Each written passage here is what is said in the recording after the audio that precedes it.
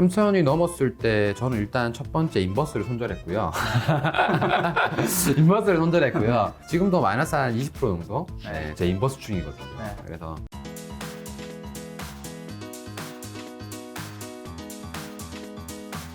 오늘 주제는 바로 전업 투자자의 실전 투자편입니다. 자, 지금 이제 주식 시장이 굉장히 많이 올랐죠. 네. 지금 현재 날짜 기준 코스피가 3,152, 그다음에 코스닥이 990 정도인데 네. 일단 지수는 왜 이렇게 급등한 건가요? 심지어 지금 오늘이 이제 1월 9일인데 어제 1월 8일 금요일에 지수가 진짜 폭등을 했더라고요. 특히 코스피가 네. 거의 100포인트가 넘게 올랐죠. 네. 왜 이렇게 오른 거예요? 솔직하게 이야기해야 되잖아요. 네. 모릅니다. 네. 모릅니다.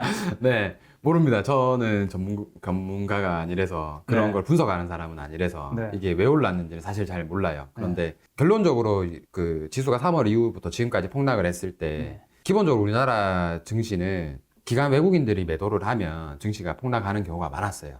그리고 개미들이 사면 증시를 지켜주지 못하는 경우가 되게 많았어요. 근데 이번에 동학개미운동이라는 표현에 어울리게끔 개인 외국인들이 차익 실현하는 물량이 나오더라도 개미들이 그 물량들을 다 받아가면서 눌림목을 만든 것 같아요. 되게 전문가스럽지 않나요? 네. 네, 이렇게 다른 사람의 뉴스를 보고 얘기를 할 수는 있지만 근본적인 원인은 저도 잘 몰라요. 단지 이제 오를 시기가 됐고 이렇게 많이 올라야 되는 시기가 한 번은 와야 되기 때문에 저는 왔다라고 보거든요. 그래서 정확하게 지금 3월 19일 최저점 기준으로 1,400에서 지금 3,160이 넘었으니까 지수가 몇 프로 오른 거죠? 100% 정도. 그렇죠. 네, 상승을 1년도 안 된 시기에 했다라는 거예요. 그래서 이 정도 상승이 나왔으면 이제 조정을 좀 받지 않을까라는 개인적인 생각은 좀 하는 편이에요. 그런데 이 이야기를 제가 3,000을 돌파하면 조정이 좀 올 것 같아요 했었는데 3,000을 돌파하고 급등이 나오더라고요. 그래서 역시 버블은 내가 생각했는 거 이상으로 더 오르구나. 강기란 거는 우리가 예측할 수 없다. 맞아요. 그런 맞아요. 얘기죠. 네. 자, 그러면 일단 코스피가 3,000 넘을 것은 예측했나요? 예측이라고 표현하면 좀 과분하고요. 그냥 2,600, 2,500쯤 왔을 때 3,000도 생각해 볼 수 있겠다. 여기까지 왔으니까. 이런 이야기는 계속 했었죠. 그럼 3,000이 넘었을 때 대표님 어떻게 대응했는데?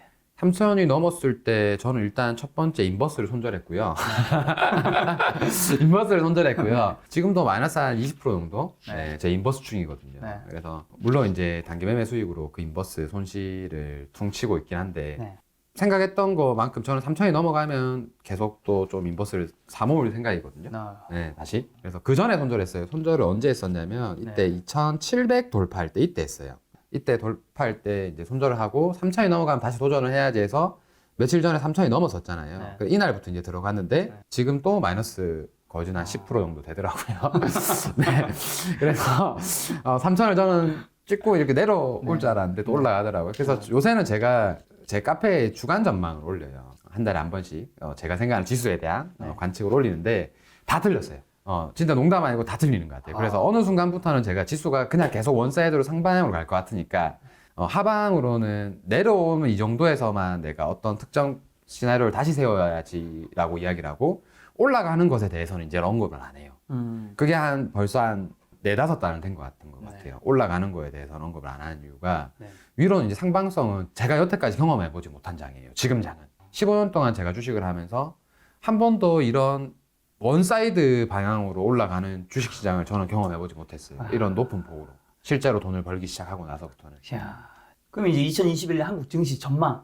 뭐 맨날 틀렸지만 그래도 앞으로 좀 어떻게 보세요? 개인적으로 저는 3,000에서는 조정이 와야 된다라고 보는 편이긴 해요. 그래서 그 이후로 조정 이후로 버블이라면 4,000까지 가졌으면 좋겠다는 생각이 들어요. 왜냐하면 4,000 정도가 가고 나서 위기가 나오면 2,000 라인대가 우리가 되게 오랫동안 만들었던 박스권이거든요. 4,000이 가고 나서 2,000이 오면 위기가 돼요. 마이너스 50%. 마이너스 50%가 되기 때문에 4,000까지 오르고 2025년 혹은 2026년쯤에 2,000포인트까지 내려오지 않을까. 긍정적인 전망은 4,000까지 가길 바란다. 그래서 4,000까지 가서 내려와라. 그리고 조금 부정적인 전망은 3,000에서 조정받고 그냥 폭락 나와라. 이게 이제 부정적인 관점이에요. 근데 아직 위기가 한번 나왔었기 때문에 다음 위기가 빨리 나올 것 같진 않아요. 그래서 뭐 한 5년 후에 위기가 나온다면 지금부터 바지런히 조정받고 또 박스 만들고 또 오르고 해서 4,000까지는 한번 도전해보지 못할까 이런 생각을 하긴 하는데 근데 한 가지 이제 조금 아쉬운 점은 그럴 만한 건덕지가 좀 없어요. 사천을 가려면 그럴 건덕지가 있어야 되거든요. 핑곗거리가 돼야 있어야 되는데 그런 핑곗거리가 없기 때문에 지금도 이렇게 100% 1년도 안 되는 시간 동안 지수가 100% 올랐는 거에 대한 핑곗거리가 없으니까 할 수 있는 이야기가 전 세계에서 우리나라가 코로나를 제일 잘 방어했다라는 정도가 이 지수가 올랐는 긍정적인 이유가 되는 부분들이죠. 뭐 물론 뭐 삼성전자의 매출이 다른 데에 비해서 엄청 높았다 뭐 이런 것도 있었지만 전문가처럼 이야기를 하자면 뭐 할 수는 있는데 그게 보는 사람들한테도 저에게도 도움이 크게 안 되기 때문에 이 여기 지수에 대한 이야기는 여기까지 하는 게 제가 아는 전부라고 생각하시면 될 것 같습니다. 지수 관련해서 제가 여쭤볼 게 있는데 머니투데이에 오늘 이런 기사가 나왔더라고요. 동학개미 잠재력 1800조 진짜 머니무브 이제 시작이란 건데 그 밑에 내용에 이제 비증권사의 부장급 PB가 이런 얘기를 했더라고요. 개인들의 금융자산이 4,000조 원이 넘는데 이 중 1,700에서 1,800조 원이 은행 예금이라면서 지난해 개인 매수 규모가 60조 원 수준이라는 걸 감안하면 은행권 예금이 10%도 증시를 안 온 상태다. 그러니까 지금 만약에 오게 된다면 거기 있는 것들이 굉장히 많은 금액이 올 수 있다는 거잖아요. 네, 그렇죠. 그런 측면에서 어떻게 보면 지금 제 주변에서도 사실 요즘에 부쩍 저한테 종목을 추천해달라. 그렇죠. 제 주변에서도 부쩍 저한테 종목을 물어보거나 주식에 대해서 여쭤보는 제 주변 지인들이 많이 생겼어요. 그러면서 저는 이게 주식이 되게 무섭고 위험하다고 생각했던 사람들이 이쪽으로 많이 뛰어들고 있고 그 다음에 지금 사실 비트코인도 열풍이잖아요. 부동산도 열풍이고. 맞아요. 근데 사실 어쨌든 비트코인은 이거 아무것도 없는 게 아니냐, 실제가 없는 게 아니냐라고 생각하는 분이 많잖아요. 그러니까 그런 분들이 비트코인 열풍과 부동산 열풍을 보면서 근데 부동산은 또 규제가 많고 그러니까 들어갈 곳 중에 하나가 사실 주식이 이제 하나 정도 열려 있는 건데 그런 분들이 들어온다면 더 많이 오를 수 있지 않을까 그 생각과 어제 장을 보면 코스피가 3.9% 급등했고 코스닥은 0.11% 하락을 했거든요. 그러니까 코스피가 엄청난 급등을 할 때 하락을 좀 한 거죠. 아이러니하게. 제 생각은 저희 이 주식을 잘 모르는 주린이 이 저희 미천한 생각으로는 개인 투자자분들이 많이 들어오고 있는데 그분들이 주식을 잘 모르잖아요. 주식을 잘 모르고 주식 위험하다 생각하는 사람들이 처음 주식시장에 들어와서 사는 종목은 뭐겠어요? 당연히 큰 종목을 사려고 하겠죠. 그거 제가 이야기했는데요, 이틀 전에 전화로. 제가 김 작가한테 그 이야기를 했는데요. 전부터 그 생각하고 있었어요. 그래서 김 작가, 맞네, 이거 코스피에 담아야 되겠다. 그 이야기 하셨던 것 같은데. 그 전부터 했었어요. 네. 그러셨구나. 네. 또 내가 니한테 이틀 전에 통화했어, 지금. 맞네. 그 방송에서 얘기했다니까. 오케이. 그래서 개인 투자자분이 어쨌든 들어오면 아무래도 잘 모르니까 큰 종목들, 안전 종목들 위주로 하다 보면 그래서 코스피가 좀 오른 부분이 있지 않나 생각하는데 전문가분이 봤을 때는 좀 어떠세요? 똑같은 의견이에요. 제가 전에도 이야기 들었던 것처럼 어쨌든 지금 증시를 이루는 가장 큰 자금은 개인들의 자금이에요. 근데 개인들이 말씀하셨던 것처럼 주식을 처음 시작할 때 접근할 수 있는 가장 편한 종목이 내가 아는 기업, 내 눈에 보이는 기업들이니까 그쵸. 삼성전자, 뭐 LG전자, 카카오 뭐 이렇게 돌아가면서 하는 거죠. 그래서 이렇게 증시가 많이 오르고 원사이드로 코스피가 오를 때 공통적인 특징도 있어요. 우량주들이 돌아가면서 쳐요. 이것도 마찬가지예요. 그 이론이랑 저는 비슷하다 봐요. 그게 무슨 소리냐면 처음에 증시를 딱 봤어요. 근데 주식을 해야 되겠다라고 마음을 먹고 계좌에 돈을 넣은 거야. 그런데 이 사람들이 삼성전자를 봤는데 너무 급등을 한 거예요. 그러니까 이제 삼성전자를 못 사겠는 거야, 무서우니까. 그래서 이제 딴 주식을 사는 거예요. 그래서 삼성전자 다시 조정을 받을 때쯤 되면 또 다른 주식이 오르면 그동안 안 올랐던 주식들이 키높이를 맞춘다 그러죠. 이런 것들이 그런 것들 때문에 이루어지는 거거든요. 그래서 코스피 지수가 원사이드로 오를 때는 각 업종의 우량주들이 키높이를 하는 편이에요. 그래서 그거에 대한 수급도 역시나 개미 투자자들이 지금 이끌고 있지 않나 이런 생각을 좀 하는 편이에요. 그래서 저는 지금 많이 봐야 되는 주식이 지수가 많이 올라간다라는 가정하에 지금 봐야 되는 주식이라면 아직 덜 올랐던 주식들, 업종군들 그런 군들이 아마 더 많이 오르지 않을까 이런 생각도 하고 그동안 많이 올랐던 주식들은 이제 조정을 받아야 되지 않나 이런 생각을 좀 하는 편이에요. 자, 이번에 내신 책 이제 돈의 시나리오 이 책 보면 책에서 이제 지수의 중요성을 좀 담았었는데 맞아요. 그 이유는 뭐예요? 앞서 나중에 그 주식에 대한 공부 방법을 이제 설명을 드릴 때 구체적으로 아마 지수랑 비교하면서 주식이 중요한 이유에 대한 이야기를 할 거예요.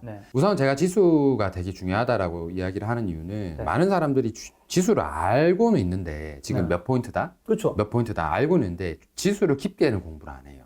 그리고 특히 더 재미난 사실은 주식을 해서 기법을 쫓아다니고 종목을 쫓아다니는 사람들은 지수를 잘 안 봐요. 근데 그런 사람들이 저는 부까지 이루는 자금을 만드는 행위를 본 적이 없어요. 네. 근데 진짜 주식으로 부자 된 사람들은 지수를 되게 중요시 여기고 지수에 대한 생각을 계속 하는 편이에요. 근데 일반인들은 지수를 무시하고 지수보다 오히려 종목에 더 집중하고 종목에 더 가치를 매겨요. 근데 실제로 지수는 종목의 대부분을 대변하기도 하고 대한민국을 대변하기도 해요. 그렇죠. 대한민국 경제 상황을 대변할 수 있는 게 사실 지수거든요. 네. 근데 지금 이 버블이라 하는 이유도 그거죠. 대한민국 경제 상황은 안 좋은데 대한민국 기업들의 실적이 그렇게 다 좋아지지도 않았는데 왜 주가는 이렇게 오르냐는 거예요. 근데 그렇게 해서 지수와 경제성과 100% 같이 간다라고는 말할 수 없지만 그럼에도 불구하고 지수가 대한민국 경제를 대표하는 지수 중에 하나라는 거는 우리가 대부분 다 지표 중에 하나라는 거는 공감을 하는 편이니까 네. 그래서 큰 틀에서 지수는 우선 공부를 해야 된다는 관점과 두 번째는 지수는 공정하잖아요. 아무리 좋은 정보가 있다라고 칠게요. 네. 근데 그 정보를 누군가가 돈을 주고 사야 된다라고 하면 돈이 되는 정보는 내게 안 들어오겠죠. 네. 더 돈이 많은 사람들이 선점할 거니까. 근데 지수는 누구나 휴대폰만 키면 3초 안에 확인할 수 있잖아요. 그렇죠. 지금이 몇 포인트가 얼마나 포인트인지. 그래서 지수는 되게 많은 것들을 우리한테 알려주는데 사람들이 그걸 잘 몰라해요. 그래서 그 공부법을 조금 오늘 알려드리고 책에도 좀 담았던 거예요. 실제로 저도 자 위기를 활용해라 라고 계속 이야기를 하고 코로나 위기, 서브프라임 위기 이 모든 위기가 지수를 보면 알 수 있어요. 얘기해 주세요. 자 볼게요. 지수는 반토막이 나면 위기가 나온다라고 공식처럼 외우시면 돼요. 네. 지수는 어떻게? 반토막이 나면 위기라는 이름으로 우리에게 다가온다. 자, 그러면 자, 여기가 처음 우리나라 코스피 지수가 언제였는지부터 한번 볼게요. 대한민국은 1980년도에 처음 100포인트로 시작했거든요. 네. 자, 100포인트로 시작했던 지수가 1000까지 오릅니다. 그러면 위기가 오면 언제죠? 500. 500. 네. 그러면 500이 왔어요, 안 왔어요? 456이 왔네요. 그죠? 그럼 500에 샀으면 수익이 날까요, 안 날까요? 나죠. 나죠. 근데 자, 여기서 첫 번째 이야기. 자, 이 위기가 뭔지 예측할 필요가 없어요. 자, 많은 전문가들이 이때 어떤 이유로 우리나라 시장에 위기가 올 거다라고 이야기를 해요. 그런데 결국 50% 빠지면 그 위기가 확정이 나요. 미리 공부할 필요가 없다라는 거예요. 코로나 위기가 오기 전에 우리가 코로나 위기가 올 거라는 걸 누가 알았겠어요? 모르지. 아무도 몰랐잖아요. 근데 지수가 코로나 때는 코스피는 50%가 안 빠졌는데 코스닥이 정확하게 50%가 빠졌어요. 그때 이름이 나왔어요. 코로나다. 우리가 다 알게 됐죠. 그때쯤 되니까. 코로나가 위기로 왔다라는 거예요. 네. 그래서 이때도 마이너스 50%에서 위기의 이름이 나오고 결국 반등을 합니다. 이때 왜 빠졌냐면 미국 시장에, 일본 시장의 버블이 폭락하면서 동아시아 주식들이 빠졌어요. 네. 1989년도 일본의 버블이 끝나고 나서부터 우리나라에 위기가 온 거예요. 첫 번째 위기였습니다. 두 번째 위기, 자, 또 지수가 어디까지 올라갔죠? 1145. 그러면 얼마가 되면 또 위기예요? 한 550, 600? 550, 600 되면 위기죠. 네. 550, 600이 여기입니다. 자, 550, 600이 여기예요. 네. 그럼 이 550, 600 여기에 오면 이제 또 3 오기 시작하는 거예요. 네. 왜? 위기니까. 네. 이때는 무슨 이름으로 왔을까요? 지금 몇 년도인가요? 1997년도입니다. IMF인가요? 맞아요. 네. IMF입니다. 그래서 IMF 때 지수가 반토막 나고 IMF라는 이름으로 우리나라에 왔으면 자, 이때 이제 위기라는 이름은 50% 되면 온다 그랬죠. 네. 일본 때문에 우리나라가 마이너스 50%가 됐어요. 그러면은 우리 때문이에요, 일본 때문이에요? 일본 때문에. 외부적 요인이죠. 네. 그러면 시장의 리스크라 불러요, 저는. 네. 시장의 리스크는 즐길 수 있는 리스크. 네. 내부적 리스크는 조금 회피해야 되는 리스크예요. 자, 마찬가지예요. 1997년도에 지수가 반토막 나면서 처음 600이 왔을 때, 500이 왔을 때, 그때 우리나라에 IMF라는 이름의 위기가 옵니다. 이건 누구 거예요? 우리나라. 그것도 심각한 거죠. 국가 부도잖아요. 네. 그러면 50%에서 살 필요가 있을까요? 없을까요? 없어요. 네. 더 싸게 사는 거예요. 물론 50%에서부터 사 모으기 시작해서 포트폴리오를 다르게 만들면 된다라는 거예요. 네. 그래서 이렇게 사 모으면 어쨌든 반등을 합니다. 그죠? 그리고 또 고점이 형성됐어요. 몇 포인트까지 올랐죠? 1066. 그러면 또 언제가 반토막이에요? 한 500? 그러면 자, 500이 왔어요, 안 왔어요? 네, 500 근처 왔네요. 근처라는 단어는 없죠. 네, 500이 왔습니다. 네. 그죠? 네. 그럼 또 사죠. 그 이때 무슨 위기 이름으로 왔을까요? IT 버블이라는 이름으로 왔어요. 미국의 IT 버블이었어요. 네. 그럼 사면 자, 또 수익이 나요, 안 나요? 나죠. 또 나죠. 네. 그죠? 자, 또 이제 지수가 오릅니다. 그리고 지수가 급등을 합니다. 대한민국에 다시 이때가 아마 대한민국 전성기업 차정이 이끌고 조선주가 가장 핫했던 그 시기였어요. 그래서 지수가 결국엔 올라서 얼마까지 오르죠? 2000까지 오릅니다. 2000, 그 전에는 마이너스 50%가 빠진 적이 없어요. 이 이후로. 그죠? 없어요. 그러다가 이제 2000이 오고 나서 다시 지수가 우리는 언제 오면 위기라 그랬죠? 반토막. 반토막. 그럼 얼마 오면 돼요? 1000. 1000. 올 때까지 기다리는 거예요. 예금 적금 넣고 기다리는 거예요, 그냥. 네. 와요, 안 와요? 이때 무슨 이름으로 왔죠? 서브프라임이군요. 우리나라 거예요, 미국 거예요? 미국 거. 외부적인 요인이죠. 네. 50%에서 사면 수익이 납니까, 안 납니까? 나죠. 나죠. 네. 그래서 제가 이게 제가 주식 이때 제가 모든 원리를 2011년도에 개발을 했어요. 지수가 마이너스 50% 오면 위기다. 위기가 오면 주식을 사야 된다. 그래서 수익을 길게 봐야 된다. 이게 제가 1권의 ETC에 담았던 내용이에요. 그 내용을 돈의 시나리오에 왜 그렇게 생각하는지를 엄청 구체적으로 푼 거예요. 이 자세한 이유들이 이제 여기 담겨 있는 거예요. 방송으로 하자면 3시간, 4시간도 할 수 있는데 그렇게는 할 수 없으니까 핵심만 이야기를 드린 거예요. 그러면 자, 다음 위기는 언제예요? 또 반토막이 나면 되잖아요. 그런데 코스피가 2600이었어요. 반토막이 얼마예요? 1300. 근데 왔어요, 안 왔어요? 뭐 오진 근처까지 안 왔죠. 1400에서 반등이 나왔어요. 그래서 저는 이때 제가 가진 시나리오를 수정을 했어요. 그래서 3월 19일 날 제가 시나리오를 수정합니다. 조금 더 많이 삽니다. 1500포인트가 무너지면 삽니다. 그리고 저는 1300포인트까지 사실 봤어요. 여기까지 내려올 수 있다라고. 그래서 제가 이때 시나리오 수정해서 이때 많이 사서 이때 다 팔았어요. 왜냐면 저는 다시 얼마가 내려올 줄 알았기 때문에 더블 D 1300이 될 줄 알았기 때문에. 네.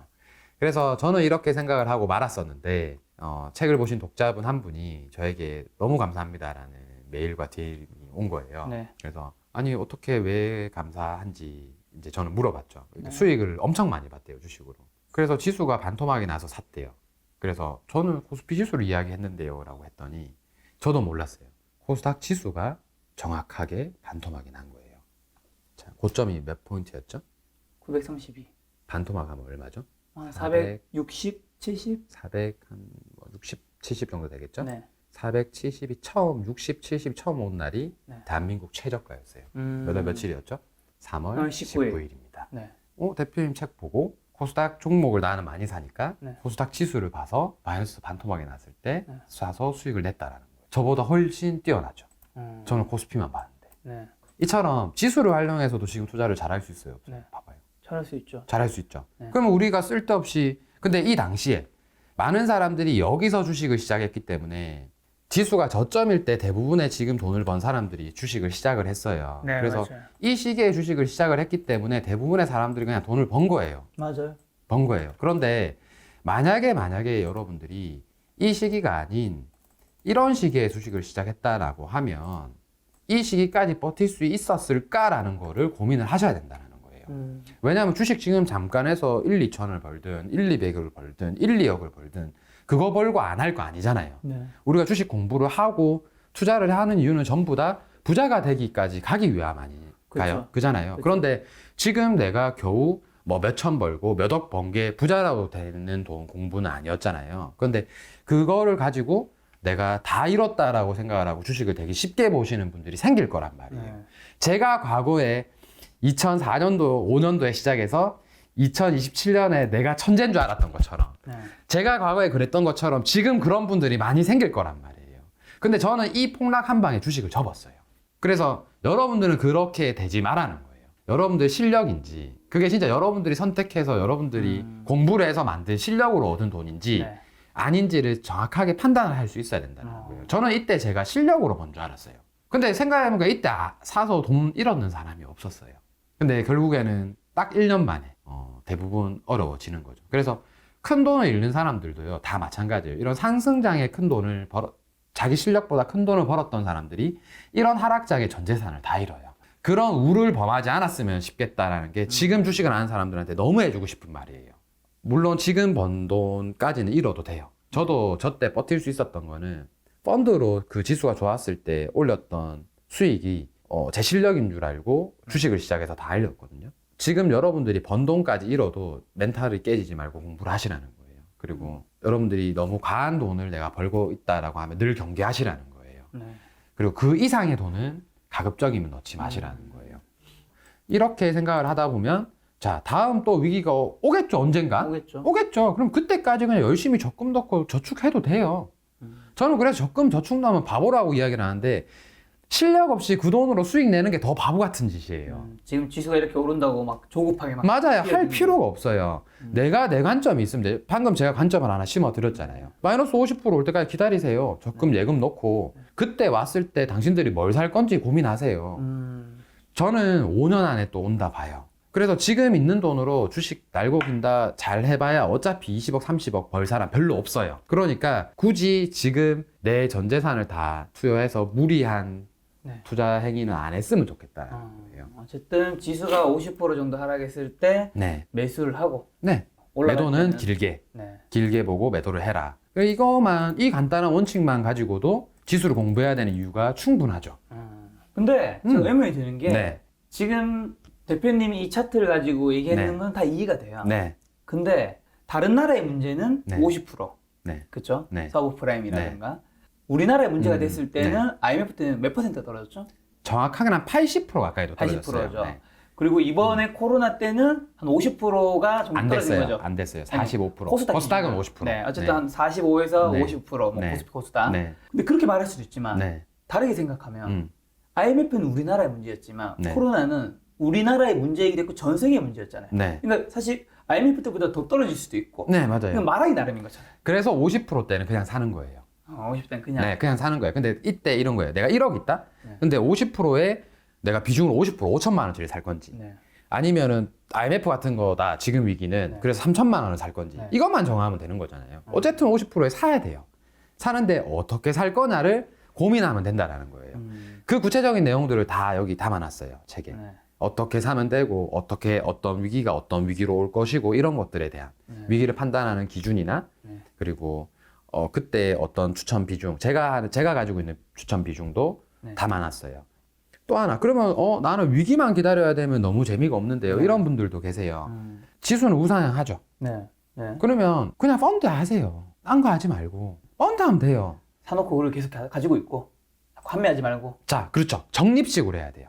펀드에서 손해나는 사람은 딱 두 가지예요. 딱 두 가지 종류밖에 없어요. 첫 번째는 거치식으로 한 방에 사놓고 내려가니까 쫄려서 손절한 사람. 네. 두 번째는 적립식을 한다고 가입해놓고 올라갈 때만 사고 내려갈 때는 무서워서 안 사는 사람. 많죠. 그 두 가지만 피하면 돼요. 그러면 지수를 봤을 때 5년 이상 펀드를 놓고 손해를 본 구간은 한 구간도 없어요. 잘 봐요. 여기서 시작했다 칠게요. 최고 꼭대기에서. 근데 여기서부터 매달 사모았어요. 그럼 여기서 사고, 여기서 사고, 여기서 사고, 여기서 샀겠죠. 5년 동안. 그러면은, 자, 5년이 지나니까, 어때요? 여기가 내 평단쯤 되겠죠. 그렇죠. 그러면 수익이 나요, 안 나요? 나죠. 결국에 나죠. 그러니까 어떤 구간이든 아무리 여러분들이 꼭지점에서 시작을 해도 5년간 적립식으로 투자를 하면 수익이 난다라는 거예요. 지금 말씀하신 거는 지수는 우상해야 한다는 전제 조건을 가지고 말하는 거잖아요. 일본도 돼요. 일본은 7년 걸렸어요. 일본이 몰락하기 1989년도에 지수가 4만에 가까웠어요. 4만이었어요. 4만. 근데 지금 얼마죠? 니케이 지수가 한 2만 좀 넘나요? 3만이 아직 안 될 거예요. 무려 40년 전에 일본 니케이 볼 수 없나요? 볼 수 있죠. 근데 아직 2만 8천이잖아요. 네. 그래서 4만이었던 지수를 30년이 지나도 아직도 회복 못한 거예요. 엄청난 거죠. 그런데 마이너스 50%대부터 분할로 매수를 해서 수익 구간을 100%, 200%까지만 잡지 않았다면 수익 구간이 나왔어요. 얘도. 그러니까 지수 아까 이야기했던 반토막 전략으로 손실이 날 수 있는 구간은 거의 없다 보시면 돼요. 그래서 제가 이거를 개발을 하고 나서 되게 많은 수백억 정도 굴리는 투자 자문사 대표님들이 이 전략을 써도 되냐라는 동의도 많이 구했고, 이 전략을 처음 공개했을 때, 제가 수년 전에 처음 공개했을 때, 강의를 들었던 분들이 대표님을 국민연금으로 보내자. 전 세계에 지수에 투자를 하는 사람이 되면 국민연금이 훨씬 더 높은 수익률을 올리지 않을까. 아니 근데 지금 대표님 말씀 들으면 뭐 좋긴 한데 어떻게 보면 당연한 얘기를 하는 것 같다는 생각도 들어요. 그러니까 뭐든지 상품이든 뭐든지 50% 하락했으면 상당히 많은 하락을 한 거잖아요. 반등하겠죠. 이렇게 말할 수 있잖아요. 안 돼요. 왜요? 그러다가 상패 당하는 경우가 더 많아요. 그러니까 지수잖아요, 이거는. 그렇지. 지수잖아요. 그러니까 내가 이야기를 하니까 이제 김 작가님도 이걸 쉽게 이야기를 하는 거예요. 그러니까 50%라는 단어가 속 빼면 아무것도 못 해요. 지수만 보고. 근데 이걸 이제 하니까 이 이야기가 나올 수 있는 거예요. 그러니까 기준을 주니까. 내가 방금 기준을 심어준 거예요. 지수가 50% 빠지면 위기고, 위기가 오면 오른다. 이게 되게 간단한 것 같지만 그러면 네. 그동안 왜 이렇게 정의를 한 사람이 없었을까요? 못하는 거예요. 지수를 공부를 안 해봤으니까 깊게. 그러니까 이야기를 듣고 나니까 다 할 수 있는 거예요. 그래서 제 책이 나오고 나서 위기를 활용해야 된다. 지수가 50%에 대한 이야기에 대한 콘텐츠가 엄청 많이 나왔어요. 2019년 1월에 동공부는 처음이라 쓸 때 지수, 위기, 뭐 위기를 활용하는 방법 이런 콘텐츠를 다 검색해 봤거든요. 네. 한 명도 없었어요. 콘텐츠가. 지금 게시글도 다 제 책 이후에 나온 게시글들이 대부분이에요. 그런 식으로 봐서 하면 되고 그러면 이제 자 한계점도 좀 있어요. 뭐가 한계점일 것 같아요? 너무 자주 안 온다. 아, 그렇죠. 그죠? 네. 자, 그런데 그래서 제가 개발했던 거는 다른 나라 지수도 보기 시작한 거예요. 진짜 그래 되나 안 되나 네. 보자. 그럼 우리나라는 봐요. 2007년도, 2008년도, 9년도 이후에 지금 처음 왔어요. 거의 위기라는 이름으로 네. 하락을 한 게 몇 년 걸려서 거의 11년 동안 왔는 거잖아요. 네. 근데 이 사이에 중국은 몇 번 왔었고요. 그리고 이 사이에 일본도 왔나? 몇 군데가 왔어요. 심지어 책을 쓰기 직전에 2008년도 10월에도 네. 우리나라 지수는 반토막이 안 됐죠. 네. 근데 중국 지수는 반토막이었어요. 그 이후로 100%가 올랐어요. 중국 지수도. 우리나라뿐만 아니라 다른 나라까지 시야를 넓혀간다면 네. 횟수도 늘릴 수 있다는 거예요. 그럼 그런 검증을 여러분들이 해보시라는 거예요. 내가 줬으니까 소스를. 기준을 못 만들어요. 근데 기준을 제가 열심히 공부해서 만들어줬잖아요. 네. 50% 분할 매수, 우리 거 위험, 남의 거 위험 다 기준을 줬잖아요. 그럼 이걸 가지고 최소한 이 책을 읽는 사람들은 자기가 직접 검증을 해보라는 거예요. 우리나라 지수부터 일본 지수도 보고 중국 지수도 보고 그리스 지수도 보고 네. 영국 지수도 보고 미국 지수도 보고 선진국들 지수 32개국 다 보라는 거예요. 그래서 진짜 50년치, 30년치, 20년치를 봤는데 확률이 나오냐 안 나오냐 스스로 확신을 가지라는 거예요. 그 과정을 했던 사람들이 큰 돈을 놓고 부자가 될 수 있다는 거예요. 확신이 있으니까. 네. 나는 실패한 사례를 본 적이 없어. 내 전 재산 몰빵까지는 아니더라도 그래 나 재산 중에 한 20, 30% 넣어볼래. 10억 있으면 2억, 5억 있으면 1억, 5천이 있으면 1,000만 원이라도 네. 주식 해볼래. 내가 그동안 공부했으니까 네. 이게 되는 거예요. 그런 기준 하나도 없이 네. 투자를 하는 사람들보다는 낫다라는 거예요. 지금 코스피가 2,500, 뭐 2,600 정도에서 반토막은 아니었죠? 그렇죠. 반토막이 안 났죠. 네. 그래서 제가 저 때 글을 썼던 거예요. 카페에. 반토막이 아닌데 반토막인 것처럼 저는 매수를 합니다. 왜요? 반토막이 아니잖아요. 저는 오히려 코로나라는 사태가 더 얕은 위기라고 봤어요. 높은 위기가 아니라. 그래서 그날 3월 19일 날 제가 그 수천 명이 보는 카페에서 글을 쓰고 온라인으로 라이브 방송으로 오전장에 은행에 갔었죠. 회사 친구랑 은행을 돌면서 대출을 받고 적금 예약하고 네, 그러고 이제 증권사에 여기서 싱크 안 맞는 게 하나가 있어요, 사실. 왜냐하면 코로나가 이전에 그런 것보다 약하다고 절대 볼 수 없을 정도로 지금 전 세계적으로 굉장히 위험한 건데. 근데 사실 그거는 3월 19일 날은 그렇게 판단한 사람 별로 없어요. 네. 지나고 나니까 하는 소리예요. 그러니까 지나고 나니까 네. 하는 말인 거예요, 차트 보고. 네, 맞아요. 근데 그런 그러니까 시점에 본다면 이건 반토막이 안 났으니까. 저는 3월 19일 날 우한폐렴이 번지고 코로나로 확장된다 했을 때 이게 감기처럼 좀 빨리 나을 줄 알았어요. 그리고 이게 생명의 위험이 독감 수준 정도는 아니기 때문에 네. 독감처럼 빨리 끝나지 않을까라는 생각을 했어요. 그리고 또 하나는 지수가 폭락하는 강도가 너무 심했어요. 그래서 3월 19일이 내가 봤을 때는 제 생각에는 저점이다. 그래서 저는 오늘을 기준으로 5일 동안 제 전 재산을 다 넣을 겁니다. 라고 글을 썼어요. 그리고 그때 이제 많은 자문사 수백억을 굴린 자문사 대표님들이 3월 19일에 전화 오셨어요. 자기 방송에 출연해달라 혹은 자기 뭐 팟캐스트에 출연해달라. 근데 그런 요청은 다 거절을 했지만 그때 증인들도 있죠. 청록 대표님이랑도 그때 통화를 했었거든요. 네네. 그래서 전화 오셔서 어떻게 하실 거냐 물어보길래 저는 이미 3월 19일 오늘 제 전재산 거의 다 들어갔습니다. 90% 이상.